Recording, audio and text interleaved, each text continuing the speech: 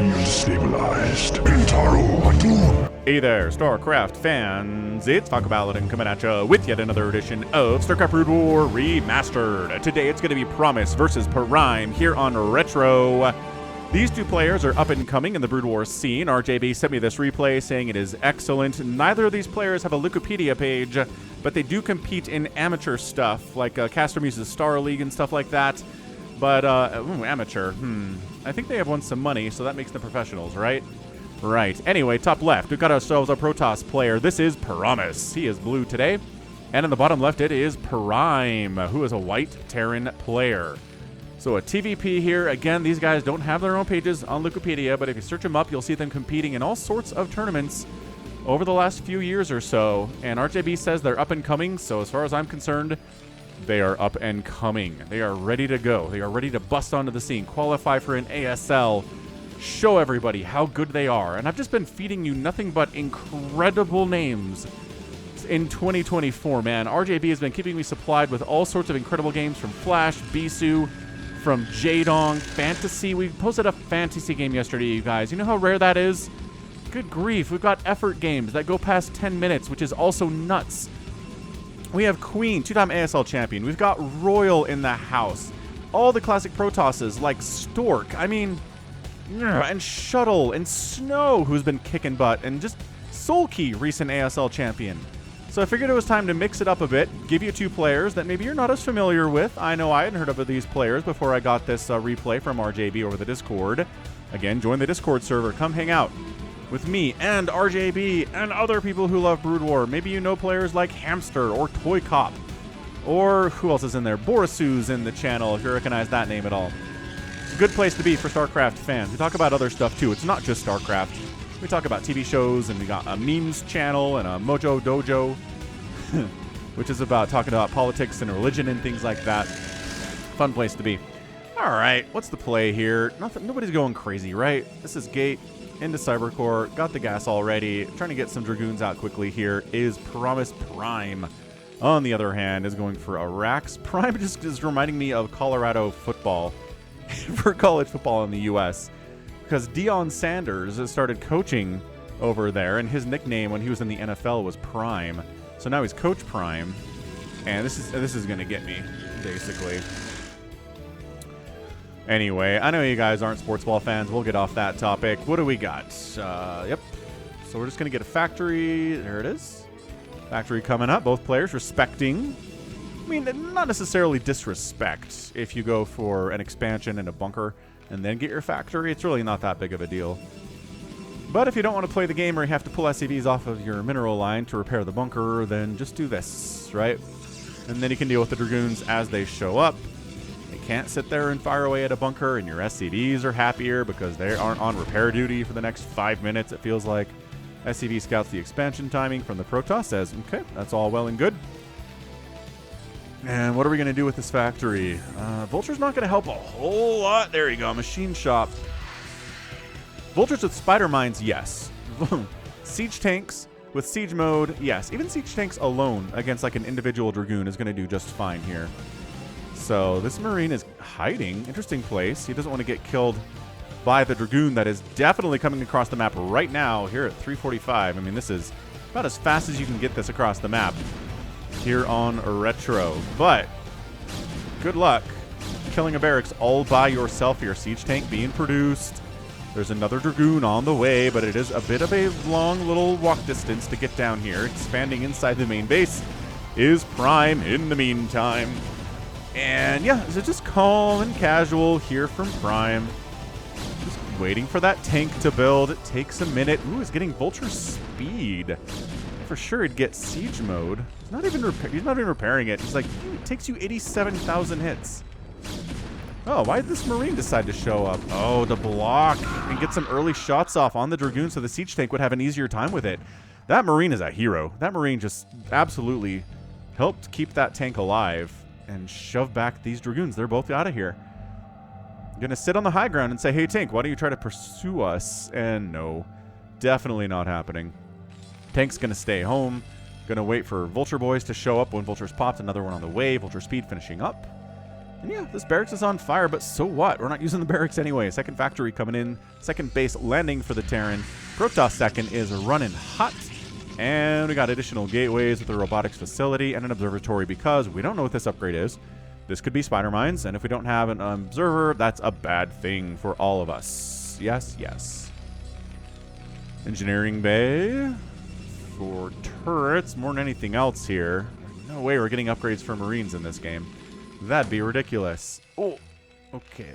It's like a two-shot scenario here with that siege. Look at these SCVs blocking. SCV's got it, though. No biggie. SCV totally takes care of it.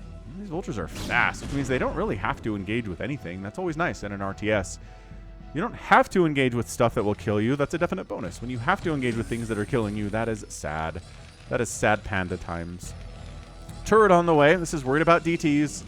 This is worried about maybe a shuttle showing up and dropping zealots or, I don't know, reavers on your face.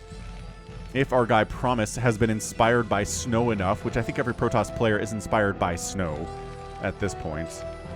He's just insane. Like, what a great Protoss player he is. He's competing in ASL 17 currently. I'm not going to tell you any spoilers. It's just he's there, okay? And he is so fun to watch. Observer says, not seeing any spider mines anywhere. That's nice. But by this point, come on, spider mines have been researched because they have been. Vultures have both of their upgrades. Ooh, missile turret under the Senchi Bay, too. That's a sneaky little cheeky move. I don't know why we don't see this more often, to be honest. Anywho, we got range with Dragoons. We've got observers. Spider mines are going to be cleared here like mowing the lawn all the time. It is a robotic support bay, so Reavers are on the mind of ProMise here. Prime knows. Prime is aware. Third base warping in 12 o'clock here on Retro. With these spawn locations, I don't know. What has Tasteless has said about this map when I've been watching the ASL VODs with them? I believe Tasteless has said that this map is more Terran favored. But I think if it's top left versus top right spawn or bottom left versus bottom right spawn. Just because of the way the bases are laid out. But I don't know if they said anything about if you're bottom left, top left. And whether that's a problem for you as a Protoss player. I guess we'll see. I guess we'll see if ProMise starts struggling here based on some really nice tank positions that allow for pressuring. I guess just rush distance? I don't know. We'll have to see. Oh yeah, these tanks are like ridiculous. You poked in with 2 Dragoons? You got 6 tanks here, bro. Bruh. 3 factories at a time here. I like what Prime is doing. He's macroing hard. He's spending his cash. He's at 46 SCVs. It's 45 probes. I mean, it's a 3-basing Protoss with similar worker count, which means we need a 3rd base for the Terran fairly soon. Over here, maybe. Not a bad place to go. Especially if siege mode is done, which it's not. Obs keeping an eye on ye old siege tanks. As you do in situations like this, just, you know, keep an eye on where the tanks are. Where the tanks are is where you want to not send the Reaver. Unless you want to unload the Reaver right on top of the tanks and try to kill them that way, which is a brave thing to do, especially if they're already unsieged. Maybe don't do that. Shuttle speed's on the way. Reaver says, but if you're not sieged up. Look at this. Oh, look at this tank micro. Oh, man. Oh, took a hit. But, okay, Reaver's taking shots. Ooh, tank down, though. Okay, this is interesting. This is a pretty good little Reaver siege tank back and forth action. Again, between 2 players who are not ASL people, who most of you have probably never heard of before, but, you know, we like to get new names on the channel. We like to talk about new players, right? Because eventually, well, not eventually, like a lot of the old players, a lot of the old guard is just gone. Like, Boxer just doesn't compete anymore. He streams, which is a lot of fun. But like Zhang Bi, I mean, there is an endless list of players who are just not competing in Brood War anymore. And they're gone. And the day will come that we'll just never see Flash or Bisu or Jaedong competing anymore. It's not today. Although we'll see if Flash comes back. He has been away for a bit, hasn't he? Didn't even try to compete or qualify for ASL 17. There's a scan. Scans the main base. These carriers? No? Great. We know everything else that's going on then. We know there's Reavers. Factory count looking pretty hot. a little bit of a spider mine defense here with a turret to deal with any Reaver shenanigans that show up in this base. I like it. He's prepared. I'm still waiting for this third bases for the Terran player, though. He's at 53 SCVs. Is he two-base in this thing? He could just be going for a really strong two-base army. Problem is, he's down in army supply. This Reaver Dragoon setup on the high ground is going to be really tough. Going to be super tough to get up this. There we go. Pre-spreading his Dragoons, using the barracks to get high ground vision. I like that. And then the Vultures come up and say, aha! I knew there was Protoss up here. Yeah, Reavers can't do much about coming down here. They're going to take humongous shots. This group of Dragoons is not moving. I feel like they kind of should be. Although left enough tanks home to be a problem. Ow. Retreating Dragoons. Ooh. Being covered by that Reaver. Nicely done. And a fourth base coming up top right here from ProMise. So ProMise is doing this pretty great. He's really keeping this two-base style attack from getting anywhere near him and expanding out of it. It's going to be a four-basing Protoss versus a two-basing Terran here soon enough. And no Terran wants to be there. Either you got to get a third base, which this really feels like it could be a third base. Third command center is floating up this way. So, okay, he is. That was just him taking a third, I guess. Not really interested in making a stronger push out.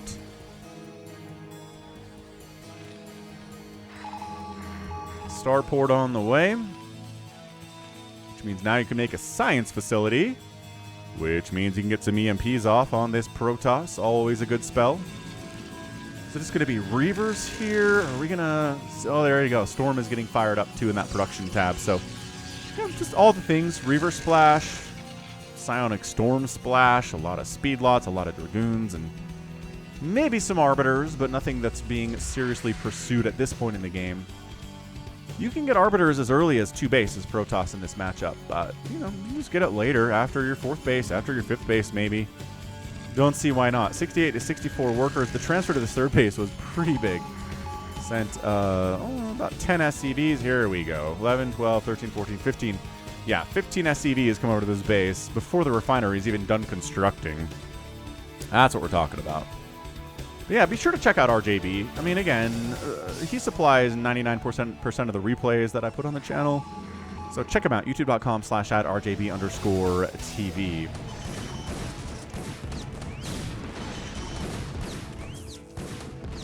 It's an unsieged siege tank Vulture move out here. Trying to clear space to expand down here would be my guess to a nice fourth base. It's again, multiple ramps leading into these bases from both directions. Siege tanks are at +1 attack. Dragoons are at 0-0, but they're working on +1. It's just about done here. Goliath's being added into the mix because of the presence of these shuttles, which he already knows about. He already knows. We're going to Zealot bomb these suckers for sure. Oh, man. No Vultures in... Oh, gosh. 2 Vultures try to get in here, but the Zealot bomb plus the Storm is a nice... and unloading the Reaver's killer moves here from ProMise. Just absolutely wrecks that tank position. In fairness, because there weren't that many Vultures there. What a big mistake there from Prime. Uh-oh, he's down 157 to 134 supply. Tanks are trying to siege up, but Dragoons are stutter stepping in. One volleying down tanks. I guess they might have been previously injured, but still. There's only 2 tanks here. I feel like this is breakable, but ProMise is pulling back. Maybe worried about more tanks popping out, doubling that tank count, making it hard. So let's not get greedy. Let's not overextend. Let's keep these units alive. 162 to 136 supply. I don't know about trying to assault this position at all, honestly. Maybe if you can get some drops up here, but trying to come up that ramp at all is a terrible idea. Fifth base is already done from ProMise up this top right side, and Prime did not expand to a fourth base as I thought he might. He's got the cash for it. He is building a command center inside the main base to float it out. He's floated every one of his expansions today. He has not built a single one on a location. I guess maybe he's just had some traumatic experiences with trying to do that against good Protoss players. Vultures hunting High Templar. They're willing to die. They don't even have to die. None of those Vultures died in order to kill those High Templar. That is a very nice pickup from Prime. Excellent. Get an amulet on the way. We're getting observer movement speed upgrades. More factories being produced here. Now that we're the 3-basing Terran, and 3-basing Terran is good. I'm not going to say 3-basing Terran is bad, because it's very good. But 3 basing Terran is superseded by 4 basing Terran. Especially because it looks like our Protoss player is happy just to expand like a madman. Just expand everywhere. Get a big bank, maybe tech into carriers at some point. Who knows? It's another scan, and he's like, are there any starports? No? Cool. That makes me happy to not see any starports as a Terran player. This is a pretty good map for carriers. A lot of high grounds to hide on. You got this open body of water stuff to hide on. Like the whole point, what makes carriers more effective as this Vulture sees the 6th base at 15 minutes that ProMise is going for, is the ability of carriers to hide on high ground positions, hide on dead air spaces, and just make the Goliaths chase them around endlessly and look like fools.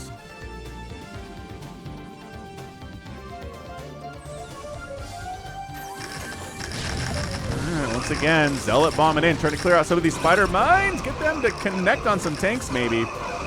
Reavers unloading in the chaos. And Storm. This control by ProMise has been very good today. What he's doing.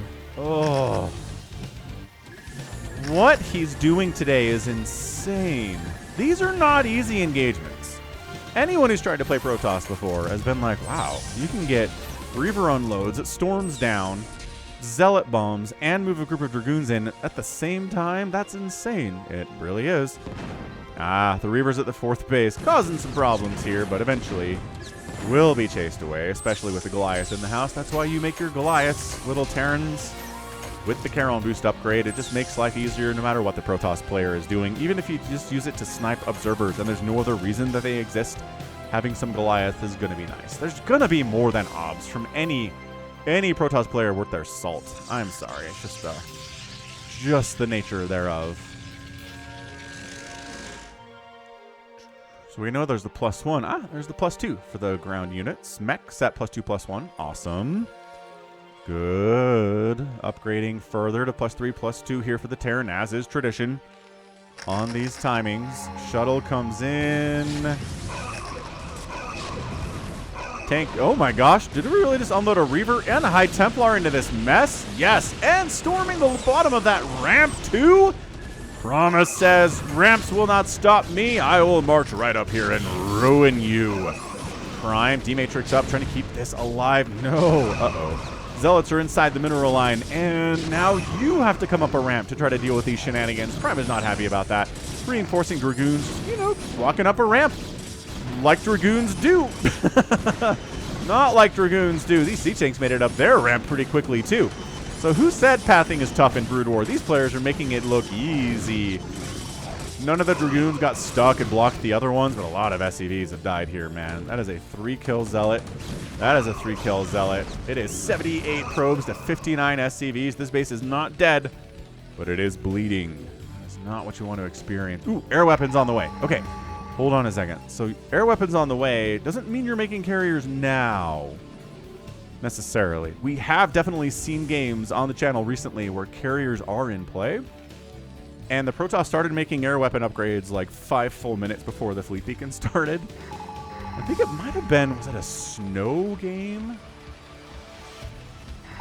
Might have been a snow game.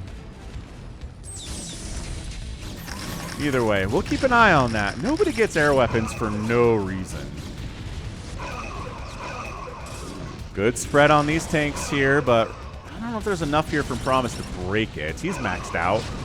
So he's just here to thin out tanks, replace his losses more easily and quickly than the Terran player can. And hey, maybe get one more tank before we go? No, definitely not. Vulture shut that down. I'm surprised that ProMise hasn't expanded down this right side yet. That feels like that would be pretty good. Oh, there you go. Ob snipe, except for this one.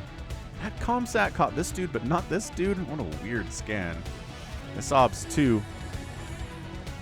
Pretty good spot.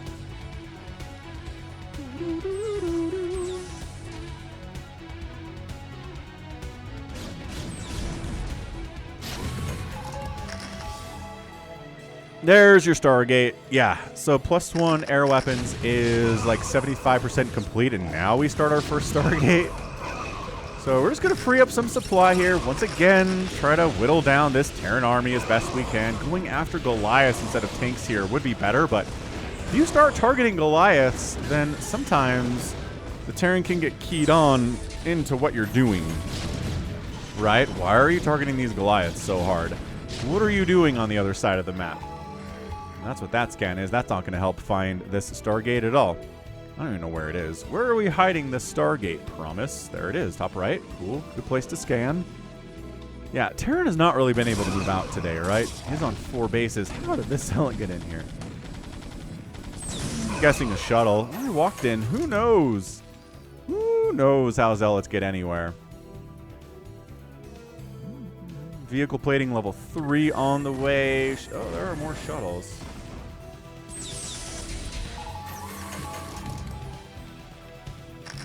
There's your fleet beacon. Beacon of fleet here. Here comes the unload at the 4th base. One of the shuttles gets powed. High Templar unloads. Get a storm off on the mineral line. What a drop. Oh, the worker massacre there. 78 to 45 workers. I think ProMise might have just solidified a victory here. I just don't know that Prime has been able to keep up economically, able to get that tank out where he needs it, keep that worker count high. 47 SCVs here is not ideal. I mean, he still has a bunch of command centers with which to make more, which is, you know, it's good, but is it enough? Yep, 3 more Stargates being added. This is a very sneaky attempt to get into carriers. He is maxed out, so he does need to clear out some of this Dragoon count. But it's tricky. It can be tricky from the Protoss perspective, because if you trade out a bunch of your army and then start carriers take an eternity to build. It's beautiful. The unloads, the storming, all of it. Man, every Protoss player right now is like, why can't I do this? Why can't I ever engage into a tank line like this? I don't know, man. Because ProMise is better than you? ProMise is better than all of us. This guy's killing it. Yeah, I could see him qualifying for an ASL at some point. He definitely has the potential. Feels like Prime's been on his back foot this entire time. His macro has allowed him to weather the storm. His ability to kind of turtle in and defend his bases and not lose too much that way, with the exception of that one High Templar drop that wiped out a ton of his SCVs. But yeah, see now 5 carriers are on the way. Your ground army is a little bit anemic as a result of all the supply being taken up by 5 carriers. But I don't know that Prime knows. Prime is continuing to make tanks and vultures, and Prime. Yeah, man, if he doesn't even know that carriers are coming, this is another sick engagement from ProMise, though. This dude, look at him. Just breaking tank lines like it's another Tuesday for him. I mean, it is probably. I guess I'm posting this on a Wednesday. I don't know when this game was played, though. I think it's got a 2024 timestamp on it, but that's usually when the replay was downloaded, less when the game was played. Unfortunately, for StarCraft, the replay system, they could have added that in the remaster and nobody would have complained. Just add in some metadata that tells us when the replay was played.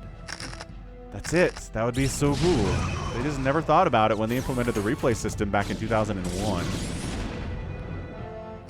Okay, but seriously, this dude is still building tanks and vultures. He's at 125 supply. These carriers, this is one of those games where like 6 carriers show up and then the Terran's like, oh, and then taps out. But this has been so well executed.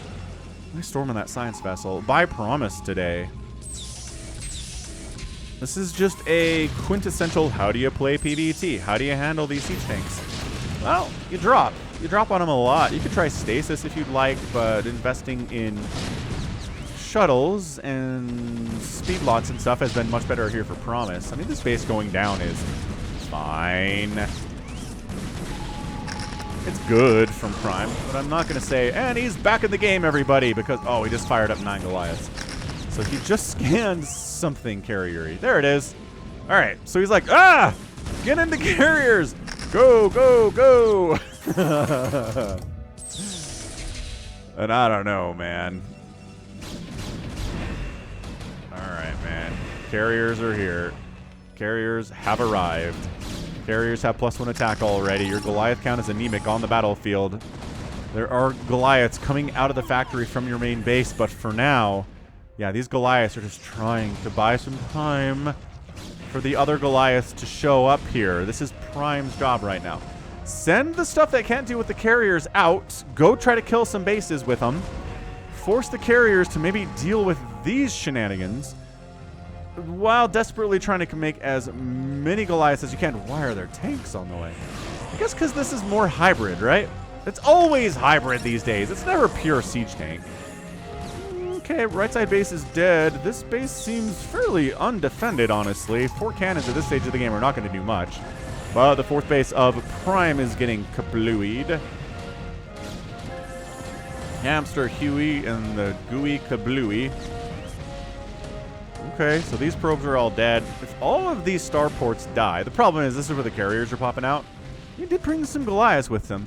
Okay, this is getting a little bit intense. Prime is doing some good things to try to win this game. I still think... Okay, and the carrier control by Promise is really good too, so... oh, a carrier just died. Ugh. So maybe don't lose carriers, though, if I just talked how good your carrier control was, sir. Yeah. Okay, so carrier production has effectively been halted here. You don't want to pop out a carrier with no interceptors when there are literally 10 Goliaths on the ground with +3 attack. This is 144 to 112 is a better position than I think Prime has been in for a while here.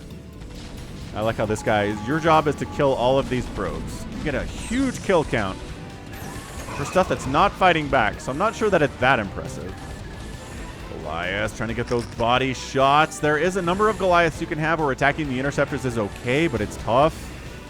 Yeah, he's trying to go. Oh, he's going to get. There we go. Carrier down. All right, all right, all right. Ugh. Under 100 supply now is the Terran player, though. So, I think Protoss is out of income. Whoa! And that's a GG. Prime taps out. Hold your horses, everybody. Hold them. Hold them good. I was just talking about how the Protoss has no income anymore. None. Mind out, mind out, mind out. Okay. Nexus dead, mind out. As soon as I say that, the Protoss taps. So hang on a second. We got to look at his situation.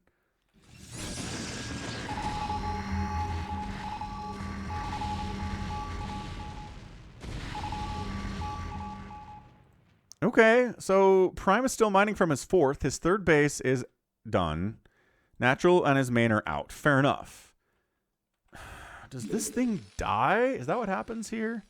Kind of. These carriers come in. Oh, I guess they did snipe this base, didn't they? We saw that.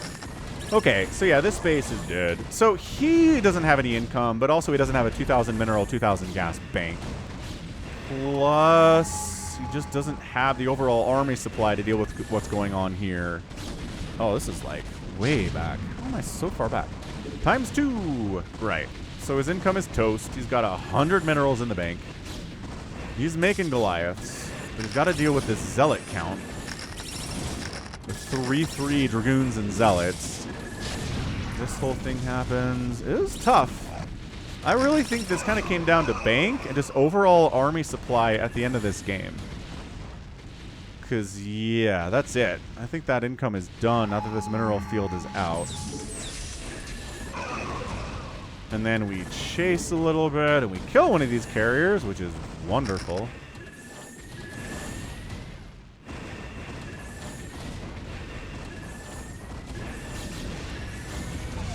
Science vessel gets sniped. These guys deal with some reinforcing Goliaths that try to come up from the south. And I guess it's just his Goliath count is not good. And that's why he taps. Fair enough. Fair enough, dude. GG, man. Promise gets the win. I just feel like he played better throughout this game. The scanning and the discovering when there are carriers just came too late, I want to say. And just... that's pretty much it. It was a really nice transition into carriers here from Promise after dealing very well with the tank count with the ground army that he had. But, you know, sometimes as Protoss, you're like, how can we win this game without having to kill in a giant tank line 17 times? Well, we can kill the tank line with carriers. It's easier.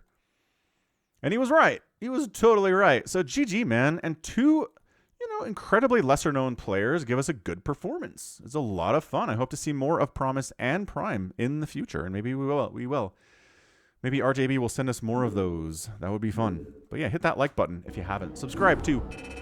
We got 238,000 points, 198,000 points here. Got outproduced by the Terran, but outkilled the Terran by similar numbers here. Resources are going to be the play, right? 23 to 16 buildings raised is pretty nice.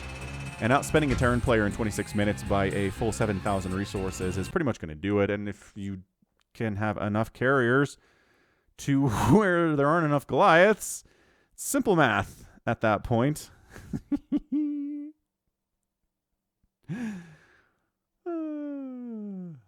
All right. So GG, well done.